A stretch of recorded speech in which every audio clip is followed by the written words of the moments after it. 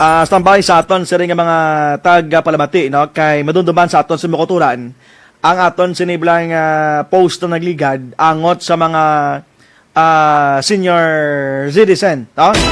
Piyakali namin ko po naton si Sir Miko, ang official spokesperson sa opisina ni Congresswoman Mila Magsaysay. Sir, magandang gabi po, si Abian June Laksi dito po sa DYRP Live Radio Iloilo. Sir John, magandang gabi po sa inyo at sa lahat po ng nakikinig sa inyong palatuntunan. Magandang gabi po at isang malaking karangalan po na maimbita dito sa inyong palatuntunan. Apo, maraming salamat po, sir. Sir, kamakailan po ay nabalitaan namin na inaprubahan na po ng Committee ng Senior Citizens na pinangunahan ni Chairperson at Congresswoman Milagros Aquino Magsaysay ang panukalang batas na anti-elderly abuse. Ano po ba ang mga detalye ng bill na ito?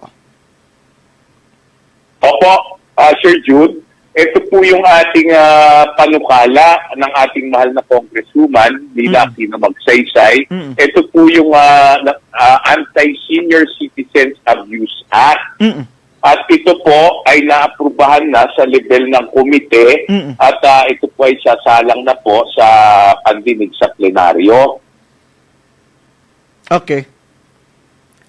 Sa inyong palagay, paano po natin pwedeng solusyonan ang sitwasyon ng mga nakakatanda na tila napababayaan ng kanilang mga kaanak na hindi na po sila talagang kayang alagaan?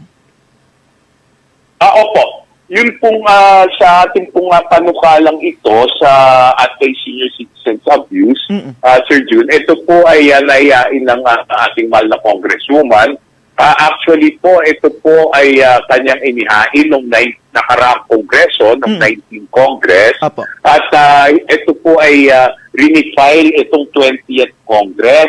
Sa kadahilanan po na pag-ikot po sa buong Pilipinas, Sir June, ay nakikita ng ating mahal na Congresswoman na napakarami pong mga ating mga nanay at tatay, lolo at lola sa buong Pilipinas na naaabuso. Kaya po dito sa panukalang ito, kasama po dito ang 11 types of abuses, Sir June, no?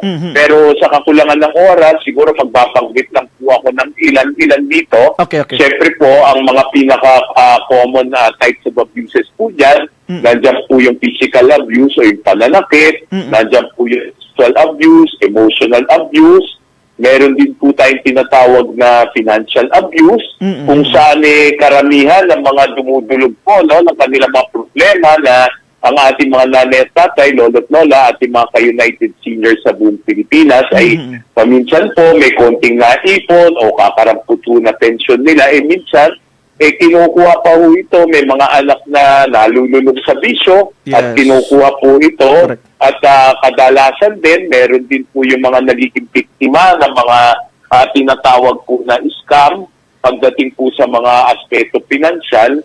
At meron pong isang ano po dito, yung type of abuse din po, Sir June.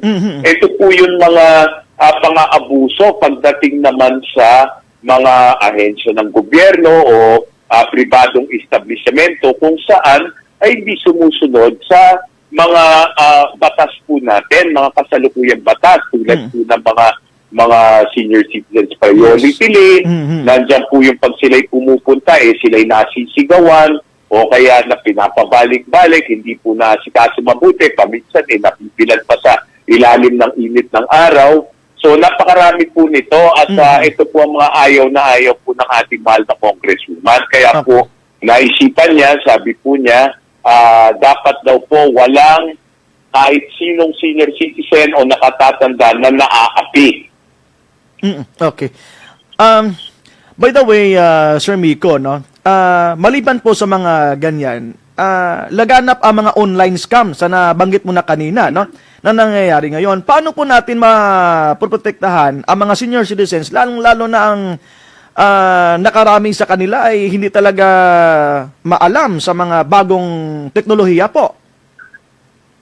Ang napakagandang tanong po niyan, Sir June, napapanahon po, dahil po meron din pong isang panukala ang ating mahal na congresswoman, kasama po ang committee dyan. I see. Marami rin po mga co-authors dito po sa anti-online fraud, no, na panukala po ng ating mahal na congresswoman. Kasi po, ito po ay nag-ugat, Sir June, makwento ko lang po sandali, ano? Okay. Ito po ay nag-ugat sa isang reklamo ng isang ka-United Senior po natin patungkol sa SSS Act. Okay. Kasi po, sa nalalaman naman po natin, karamihan po ng ating mga nakatatanda ay nag-a-access po ng SSS Act na yan para sa kanilang mga hulog, sa kanilang mga pensyon. Ngayon po, ayon po dun sa reklamo, ito pong isang tatay ay nag-access ng app na yan, and for some reason, yung araw po na yon ay naka-down po ang app ng SSS. At siguro, pagkatapos ng mga ilang minuto, may tumawag po sa kanya na nagpanggap na empleyado ng SSS at sabi sa kanya, down ang system ngayon, at binigyan siya ng alternate link. Alam niyo naman po, Sir June, paminsan ng ating mga nanay-tatay, lolo't lola, hindi naman masyado sanay sa mga app yan. So, kanya naman pong sinunod yung ito pong sabi ng nagpapanggap na empleyado ng SSS at kanya pong dinownload o pinindot yung link na yan at siya po ay naghihintay. At sinasabi, hintayin lang, medyo matagal. Siguro po matapos ng mga 2-3 oras, dumating po ang kanyang anak at naghinala. Sabi, bakit meron kang dina-download na app at buti po, hinugot yung SIM. Yung SIM card, hinugot. Pag nung sinalpak po sa isang telepono yung SIM card, sa loob po ng 2-3 oras, nalimas po yung ipon na 1 million. Wow. Na sa ano po yan, 4 na online banks at saka 2 e-wallet po sa kanyang online app. At siya po ay dumulog sa ating tanggapan, nakausap po ang ating mahal na Congresswoman Mila, at agad-agad po nagpatawag ng investigasyon ang ating mahal na Congresswoman dahil sa po ang kasalukuyang chairperson ng Committee on Senior Citizen. At dito na po nabuksan ang mga investigasyon na to kung saan po nalaman natin through the cooperation din po ng mga various government agencies. Nandiyan na po lahat. Nandiyan ang NBI, PNP Cyber Department, nandiyan po ang Bangko Sentral, mga representatives ng iba't ibang bangko, DICT, nandiyan din po. At atin po napag-alaman, base po dito sa ginawang investigasyon, ay napakarami po palang nakatatanda na nabibiktima ng mga online scams na yan. Mabanggit ko lang, Sir June, yung isa, hindi na po siya nagreklamo, hindi na naghain ng reklamo, pero dumulog sa ating opisina. Ang nalimas po sa kanya is almost 50 million pesos. Grabe. Maniwala po kayo sa hindi, Sir June. Kaya po, nagkaroon po ng executive session patungkol dyan. At marami po tayong nalaman, tulad po nung sabi nga po ng ating NBI at ng PNP, sabi nila kaya minsan nahihirapan silang mag-imbestiga dahil dun sa tinatawag na bank secrecy law. Kung saan po nahihirapan pong ang mga kapulisan ay nahihirapan po kumuha ng mga records sa mga bangko nang wala pong waiver mula dun sa account holder. Ngunit na-bring up din po yung tinatawag na AFASA law, Sir June, no, na sabi dun po sa batas na yan, yung AFASA law, na kapag merong mga pangyayaring scam na ganito, pwede may bypass yung normal procedure at hindi na kinakailangan ng waiver. So, maganda naman po ang kinalabasan ng investigasyon at ng mga talakayan po dyan, at ngayon ay marami na pong ginagawang hakbang ang iba't ibang ahensya ng gobyerno para po mapaigting ang seguridad pagdating po dito sa mga online scams na ito. At ang bunga po ng investigasyon na yan ay nakapaghain na po ang komite sa pamumuno po ng ating mahal ng Congresswoman ng isang panukala na anti-online fraud po. I see. Sige. Regarding po sa very popular na universal pension, daming fake news sa Facebook tungkol dito, Sir Miko. Anong latest from the office of Kong Mila sa Congress po? Tama po yan, Sir June. At magandang nabigyan niyo kami ng pagkakataon po tungkol dyan. Kasi po, ipapaalala ko po sa lahat, mga nanay at tatay, lolo at lola, ating mga senior sa buong Pilipinas. Dahil po maraming sumasakay dito sa usaping Universal Social Pension. At dahil po dito, ito po ay nagdudulot ng kalituhan o kaguluhan. Okay. Ipapaalala ko po sa Sir June sa lahat po ng tagapakinig, siguro magbibigay po ako ng konting background. Yes po, yes Ito po. pong Universal Social Pension ay pinaglaban na po ng ating mahal na congresswoman, isang dekada na po ang lumilipas, nung kanya pa pong unang termino ng 17th Congress, ay ipinaglalaban na po niya ito. Dahil po, sa para lang maintindihan ng nakararami, Sir June, ipapaliwanag ko lang po. Sige po, Sa sige po. kasalukuyang batas natin po, sa Republic Act 9994, meron po tayong tinatawag na social pension na nanggagaling po sa gobyerno nasyonal. Bukod po ito sa mga pension na nanggagaling sa mga lokal na pamahalaan. Ito po yung pension na nanggagaling sa DSWD. Ngayon po sa kasalukuyang batas, Republic Act 9994, ang nakalagay po doon ay indigent senior citizens will receive a monthly stipend of 500 pesos. Nung nakaraang taon po, ito po ay nadagdagan na at naging 1,000 na po. Ngunit, ito po sa under the present social pension program, ang kasali lang po dito, Sir June, ay ang 4 million na nakalista na indigent seniors. Wow. At ang bilang po ng senior citizens natin ngayon sa buong Pilipinas ay bumibilang na po ng 12 million. Wow. Kaya po ang ibig sabihin nito ay meron pa pong 8 milyon na naghihintay na hindi nakakatanggap. At sa pag-ikot po ng ating mahal na congresswoman, tinatanong po niya, sino na po ang nakakatanggap ng buwanang pensyon galing sa pamahalaang nasyonal. At iilan lang po ang nakakatanggap. Wala pa, kung siguro po sa isang malaking kwarto, kung saan napakaraming tao, magtataas po ng kamay dyan, 2, 3, 4. At karamihan po ay hindi po nakakatanggap. Kaya po, minabuti ng ating mahal na congresswoman na solusyonan ng problema. Sabi niya, panahon na siguro para magkaroon tayo ng universal social pension. At ang nangyari po dyan, atin pong inamendahan ang kasalukuyang provision ng Republic Act 9994 at pinalitan po natin yung word na indigent at ginawa po nating all. So ngayon po, ang amendment po niyan is all senior citizen will receive a monthly stipend of 500 pesos and eventually po magiging 1,000. Basta po yung 60 years old, pag ikaw ay umidad ng 60 pataas, ikaw na po ay kinikilala na senior citizen ng Pilipinas. At pag ito po ay naaprubahan, ipapaalala ko po ulit sa lahat, hindi pa po ito ganap na batas. Okay. Ito pa po ay isang panukala pa lang. At pag sakali pong ito ay naaprubahan, ang ibig sabihin po niyan, lahat na po ng 12 million senior citizens sa buong Pilipinas ay makakatanggap ng buwan ng pensyon na 1,000. Kahit po anong estado nila sa buhay, no? Sir June, may kaya man o wala, may pension man o wala. At siguro, Sir June, kung ayong papayagan, itadagdag ko na rin po. Okay. Kasi po, maraming reklamo patungkol sa ating mga SSS at GSIS pensioners. Dahil sa kasalukuyang batas po, dahil indigent lang po ang forward nito, ay hindi po sila napapasama dito yung mga SSS and GSIS pensioners po natin. Ngunit, sa ito naglalaban po ng ating mahal na congresswoman, sabi niya, bakit naman sila hindi sasama dito? Kaya naman mga kanilang pension, ay yan po ay kanilang pinaghirapan na ibinabawat sa kanilang mga sahod, kinakaltas sa kanilang mga sahod nung sila po ay nagtatrabaho pa. Kaya po hindi po yan libre na ibinibigay ng gobyerno, kung di po inaani po nila ang kanilang tinanim ng mga panahon na sila pa po ay nagtatrabaho. Kaya po sabi ng ating mahal na congresswoman, magandang balita, pag ito po ay naisa batas at naaprubahan bilang batas, ay mapapasama na rin po dyan ang ating mga SSS at SIS pensioners. Okay. Just for the information of our listening public, Sir Miko, no?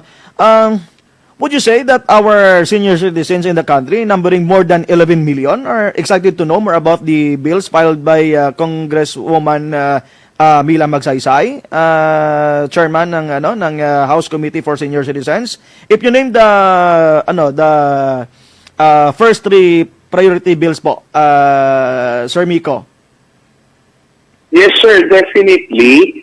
Actually, we always have consultations with our stakeholders, ano? And napakarami po nating mga sumusuporta na different federations, associations, mga iba't ibang grupo po ng mga senior citizens sa buong Pilipinas. At very active po sila. In fact, most of the time, bago po maghain ng isang panukalang ating mahal na Congresswoman, ay nagpapatawag po yan ng isang stakeholders meeting kung saan po inclusive po inclusive po ang approach niya na lahat po ng mga iba't ibang panig, iba't ibang sektor ay pinapakinggan po bago po magbalangkas o maghain ng isang batas. Ngayon po sa priority bills po natin, syempre nandyan na po yung ating Anti-Senior Citizen Abuse Act, nandyan rin po yung Universal Social Pension. Yan po ang talagang flagship bill ng ating mahal na Congresswoman. At ito pong kamakailan lang, Sir June, meron po yung tinatawag na Geriatric Health Act.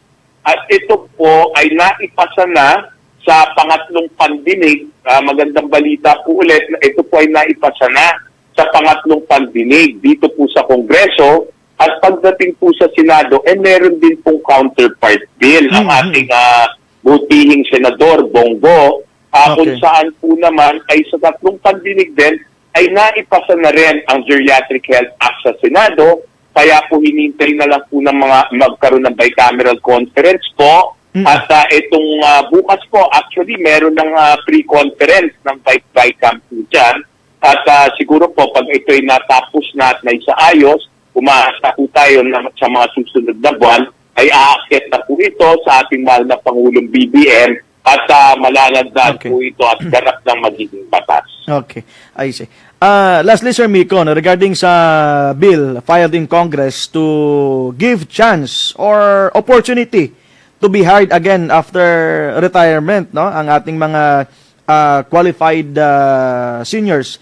Anong message of encouragement po dito sa ating interesadong mag-work again through seniors? Retired but not tired po. Sir Miko?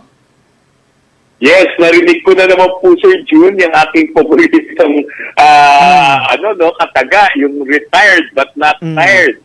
At dahil po dyan, meron pong magandang panukala po uli ang ating mahal na Congresswoman Mila Magsaysay patungkol po sa employment opportunities kung saan po nagbibigay daan yun pong ating mga nanay at tatay, lolo't lola, na retirado na po, pero sa tingin nila ay gusto po nilang bumalik na magtrabaho, lakaya pa naman po ng kanilang mga katawan at matalas pa po ang kanilang isipan, ay mabibigyan po sila ng pagkakataon na magtrabaho muli sa mga pribadong establishmento kung saan naman po kasama po sa ating panukala na mabibigyan naman po ng mga tax incentives ang mga pribadong establishmento kung saan po sila ay tatanggap muli ng mga ating po mga senior citizens.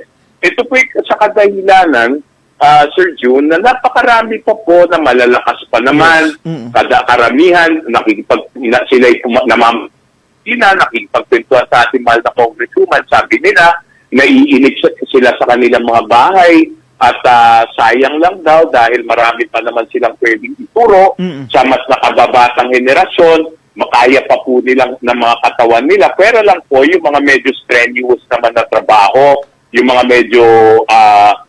medyo may kabigatan sa kapangangatawan nila. Pero pagdating naman po siguro sa mga ibang antas, tulad po ng mga managerial skills, clerical work, nandiyan po yung mga yan. Kayang-kaya pa po ng ating mga nanay at tatay, lolo't lola. At kagandahan po kasi nito ay may babalik po yung tinatawag na dignity of work. Kung saan po na hindi na lang po natin parang itinuring na lang sila na wala na pong silbi o kaya wala na po silang pakinabang o ambag sa ating lipunan.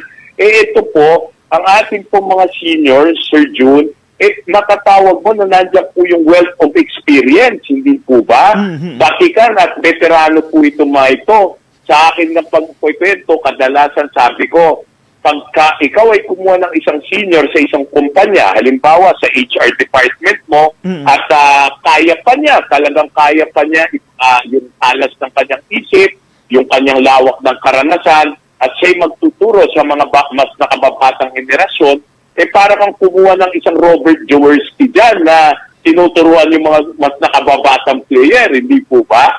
So ito po, napakagandang panukala nito kasi napakarami pa rin po na nagnanais na magtrabaho at lalong-lalo na po yung mga nag-retire na sa mga ahensya ng gobyerno at the age of 65, mandatory age of retirement na po yan, Sir June.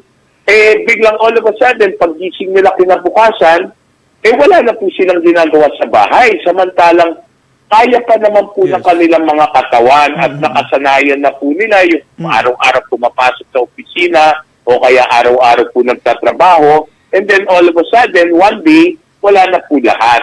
Di ba? Na parang, anong gagawin po namin sa bahay? Kami nakatunganga maghapon, kami naiinip, kami nababagot. Kaya po ito'y nagbibigay muli ng mabubuksan uli ang pinto para nang sa ganon yung mga gusto pa. Yung mga sabi mo nga kanina, Sir June, retired but not tired na ating mga senior citizens ay muling makakabalik sa pagtatrabaho at sila po'y muling kikita ng konting pera kung saan alam niyo naman po ang mga seniors, yung kinita naman nila ay siyempre para pambili ng kanilang mga gamot, araw-araw na pangangailangan at ito po ay may papamahagi din nila sa kanilang mga anak, sa kanilang mga apo. Kasi paminsan, Sir June, pag wala nang kinikita ang ating mga seniors, there is also that feeling of hopelessness and uselessness, ano? Na parang iniisip nila, nagiging pabigat na lang po sila sa pamilya at siyempre yung iba nadidepress po dyan. So ito po, nagbibigay po din ng pagkakataon sa kanila. Okay, sige. With this information, Sir Miko Magsaysay, maraming salamat po sa iyong time na binigay po dito sa amin sa DYRP Live Radio Iloilo. Yes po, Sir June, siguro po sa lahat po ng ating mga nanay at tatay, lolo't lola sa buong Pilipinas, malo po sa inyo at ipinararating po at ipinapaabot ng ating mahal na Congresswoman bilang Aquino Magsaysay ng United Senior Citizens Party List na hindi po siya tumitigil para po magawa niya po ang lahat ng kanyang makakaya para po mapagaan naman at mapagginhawa ang buhay ng ating mga ka-United Senior Citizens. At wag po kayo mag-alala hanggat po ang inyong kapatid na si Mila Aquino Magsaysay, hanggat siya daw po ay humihinga at nabubuhay, ay meron po kayong kinatawan, kasangga, kakampi at boses sa Kongreso na patuloy po na makikipaglaban para sa karapatan, kapakanan, benepisyo at pribileyo po ng lahat ng ka-United Senior Citizens sa buong Pilipinas. God bless po, sir. God bless. Serbisyong makataw, responsable at totoong life news. Nabatian makabay natin sa koneksyon kay Mr. Miko Magsaysay, no, official spokesperson ni Congresswoman Mila Magsaysay, ang chairman sa House Committee for Senior Citizens. Sige, ang oras sa Pilipinas, alas 7:11 na. Basahon ko lang pila ka mga mensahe.